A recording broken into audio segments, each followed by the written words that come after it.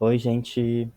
Meu nome é João Ferreira, sou aluno do curso de jornalismo do UFC e esse é um produto da disciplina de jornalismo cultural, ministrado pela professora Nayana Rodrigues. O tema do meu seminário é o cubismo e o abstracionismo. Antes de partir para esses temas, eu vou primeiro dar uma contextualizada de como era a arte naquela época. A arte moderna trouxe inovações conceituais, técnicas e estéticas em relação à produção artística que a antecedeu. Os sucessivos movimentos artísticos do fim do século XIX e início do século XX provocaram uma nítida abertura, ampliação da percepção e do entendimento sobre a arte, fugindo um pouco do academicismo da época. Naquela época, a arte começou a refletir sobre si mesma, questionar o que é a arte, o papel do artista naquela arte, o contexto onde ela foi produzida. Isso provocou mudanças significativas na maneira como as produções artísticas foram feitas a partir de então.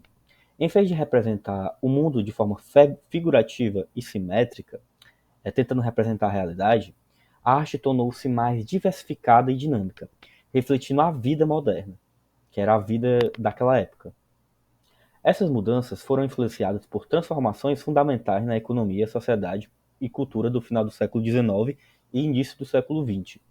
A ciência, a matemática, a física, todas as ciências começaram a ter novas ideias. E foram surgindo novas ciências, né, como o estudo da política, sociologia, entre outras. Né? E também a industrialização, a tecnologia e a fotografia e o cinema começaram a surgir, né, a alavancar. Tudo isso permitiu que os artistas explorassem a criação de maneira mais livre, sem se restringir à representação da realidade. Foi assim que os artistas começaram a pesquisar e a inventar novas maneiras de produzir suas obras, incluindo o uso de superfícies e elementos da linguagem. Isso lançou as bases para o surgimento de várias novas correntes de artistas, como é o caso do cubismo e do abstracionismo. Agora a gente vamos falar primeiramente sobre o cubismo. No mundo da arte, o cubismo se destaca por ter começado a questionar a representação que era tão vigente na arte daquela época. Ela é uma abordagem artística altamente geométrica e fragmentada, e questionou a perspectiva e a forma tradicional da arte. O próprio nome cubismo reflete essa característica. Né? Ele é um nome que foi um crítico de arte da época, não estou lembrado do nome, que, que definiu o cubismo, né? Já que é uma obra muitas vezes se assemelhava a quebra-cabeças. Né? E você vê muito isso na arte cubista. Né? Você vê que as formas ali estão fragmentadas. É uma, é uma forma meio que você tem que montar, você tem que realmente ter uma certa abstração para compreender aquela obra. Os artistas desse movimento buscavam introduzir uma maneira disruptiva de representar temas já estabelecidos no imaginário humano. Entre os artistas do cubismo, se destacam nomes como Pablo Picasso, Georges Braque, Juan Gris e Robert Delaunay. O cubismo passou por duas fases distintas até se consolidar como uma vanguarda estabelecida. Né? Foi o cubismo analítico e o cubismo sintético. No período do cubismo analítico, ali entre 1908 a 1911, os artistas eles empregaram cores escuras e fragmentaram suas imagens quase que completamente, tornando a interpretação das obras bastante desafiadoras. Isso exigia uma certa dose de abstração mais do que o normal por parte do espectador da obra, né?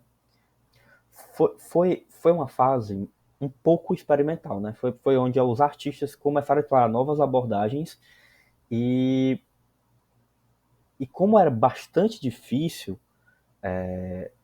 você abstrair, né? Você ter o exercício de abstração, os, os, os pioneiros, né? Os pioneiros desse movimento começaram a pensar novas formas de representação. E foi a partir disso que surgiu o cubismo sintético, que foi uma fase que durou de 1911 a 1914. Os artistas, nesse período, buscaram reduzir a fragmentação de formas e é, introduziram elementos geométricos simples e colagens, incorporando materiais diversos como papel, embalagens e tecidos. As cores ganharam destaque e as representações tornaram-se mais expansivas e decorativas. Durante esse período, os artistas conquistaram uma aceitação maior do público, tornando o cubismo sintético a fase mais popular, né? Ela chegou a ser uma fase onde realmente o cubismo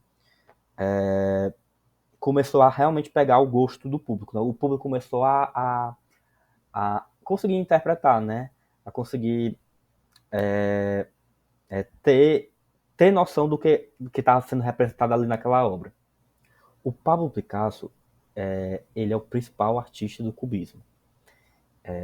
Ele, de origem espanhola, ele demonstrou seu talento desde a juventude ao ingressar na Escola Superior de Arte de Barcelona, aos 15 anos.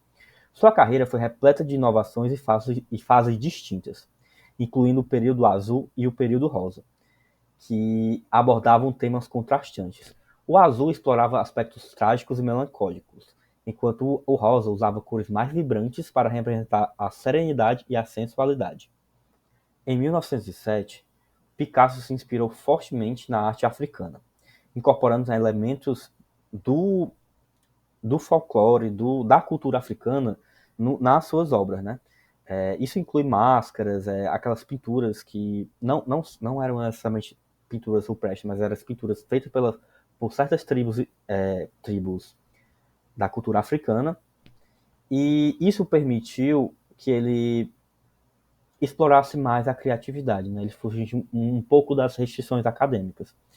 E foi a partir dessa influência que realmente o movimento cubista surgiu para Pablo Picasso, né? E algumas das obras mais marcantes deles é a Les Demoiselles d'Avignon, né, que é As Damas de Avignon, que era uma retratação de mulheres da cidade, se não me engano, cidade de Avignon, e a grande pintura Guernica, né, que representava a guerra civil espanhola. No Brasil, o movimento cubista encontrou seu ponto de partida com a Semana de Arte Moderna, um evento que gerou considerável polêmica, pois representou uma ruptura da cena artística tradicional brasileira.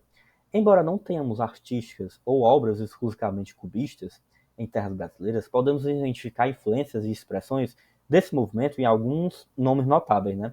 Entre os artistas brasileiros influenciados pelo cubismo estão a Tarsila do Amaral, que eu acho que o Abaporu, né? O Abaporu é um grande exemplo da influência cubista na arte brasileira, de Cavalcante, Anita Malfatti e Vicente do Rego Monteiro. Uma das mais importantes desse movimento, do movimento cubista no Brasil, é a Anita Malfatti. Suas ideias inovadoras tiveram um impacto transformador na pintura brasileira. Algumas das obras de Anita que incorporaram características cubistas incluem O Homem das Sete Cores, O Homem Amarelo e O Nu Cubista. É importante notar que o trabalho de Anita contou com o apoio entusiástico de um grupo de literatos e artistas, que mais tarde desencadearam o movimento modernista aqui no país. Agora, gente, vamos falando agora sobre o movimento abstracionista. O movimento abstracionista é uma corrente artística que se caracteriza por sua liberdade no uso de formas, sejam elas orgânicas ou geométricas, e na exploração das cores, ritmos e texturas, permitindo que cada pessoa interprete aquela obra de uma maneira distinta. Esse movimento artístico destacou-se pela ênfase na abstração, ou seja, na representação de elementos como formas, cores e composições que não fazem referências a objetos e figuras reconhecíveis no mundo real. A arte abstrata busca uma expressão puramente visual e emocional. Um dos pioneiros do abstracionismo foi o russo Wassily Kandinsky, enfim, um dos fundadores desse movimento. Com o tempo, o abstracionismo foi uma vertente que, assim como o cubismo, foi se ramificando, né? Começando primeiro com o abstracionismo informal e seguido pelo abstracionismo geométrico. No abstracionismo informal, valoriza-se a liberdade expressiva, com formas orgânicas e gestuais. Kandinsky é um exemplo notável desse estilo. Sua obra frequentemente incorporava cores vibrantes e formas que evocavam emoções e estados de espírito. Por outro lado, o abstracionismo geométrico enfatiza formas geométricas, como quadrados, retângulos, círculos, linhas retas e, e curvas também, né? Eram uma vertente que focou um pouco na simetria. Artistas como Piet Mondrian e Kazimir Malevich se destacavam nessa abordagem. Mondrian, por exemplo, é reconhecido por suas composições retangulares e uso das cores primárias. As diferenças entre essas duas vertentes eram bem evidentes, né? E se expressavam pelos principais artistas do movimento, que eram o Kandinsky e o Mondrian. O Kandinsky acreditava que as cores podiam transmitir sentimentos, como o amarelo representando a alegria e o azul transmitindo paz. É algo bem parecido, assim, na verdade, pelo que eu entendi, é algo que também influencia aquela ideia de psicologia das cores, né? Onde cada aspecto da cor representa um sentimento humano, né? A carreira de Kandinsky começou com cenas cotidianas, evoluindo para obras com manchas, linhas curvas e retas, cores vibrantes e sobreposições que convidavam o espectador a interpretar a obra de acordo com a sua própria sensibilidade. Era como se naquele quadro alguém visse e sentisse alegria. E outra pessoa, a pessoa do lado, podia ver e sentir medo, sentir raiva. Era meio que essa era a ideia das obras abstracionistas, né? Era como se cada pessoa pudesse ter sua própria interpretação, né? Era bem livre, era algo bem livre.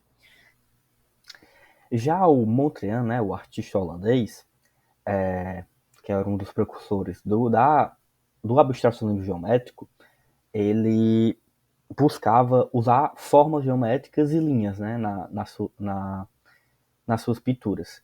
Isso era com o objetivo de dar uma certa racionalidade e lógica às suas criações. Para você ter ideia, ele convencionou que as linhas verticais representavam a vitalidade, né? E as linhas horizontais eram o que representava a tranquilidade. E ele tentava buscar o equilíbrio entre esses dois pontos. E assim, as obras deles, ele acabou influenciando outras vertentes, né? Acabou indo para arquitetura, para o design. No Brasil, a arte abstracionista começou a ganhar destaque com a primeira exposição inaugural do Museu da Arte Moderna de São Paulo, o MASP, né? Intitulada do Figurativismo ao Abstracionismo, que ocorreu em 1949. Esse evento, alguns artistas brasileiros adotaram os conceitos abstracionistas em suas obras. Entre esses artistas, encontramos nomes como Valdemar Cordeiro, Geraldo de Barros, Alfredo Volpi, Iberê Camargo, Flávio Ciro, Loyo Pécio e Mário Cravo. A arte abstracionista no Brasil foi influenciada por diversas correntes artísticas internacionais, mas também incorporou elementos da cultura brasileira e refletiu as mudanças sociais e políticas do país. Por fim, gente, para concluir, né, falando um pouco sobre a relação do cubismo e do abstracionismo, a gente pode ver que esses dois movimentos apresentam muito paralelo entre si, né? Sendo o cubismo como se fosse uma espécie de precursor do abstracionismo, já que a abstração, né, o exercício da abstração, já foi feita a partir do movimento cubista. Que foi o caso, né? O cubismo ele desafiou as convenções tradicionais da representação artística, né? Ele foi algo mais disruptivo, né? Ele foi o diferentão, né? O que chegou para mudar. E, esse rompimento com a representação realista e tridimensional do mundo abriu o caminho para a abstração. Além disso, né, tipo, esses dois movimentos ele ocorreram em um contexto histórico de profunda mudança assim, social, né?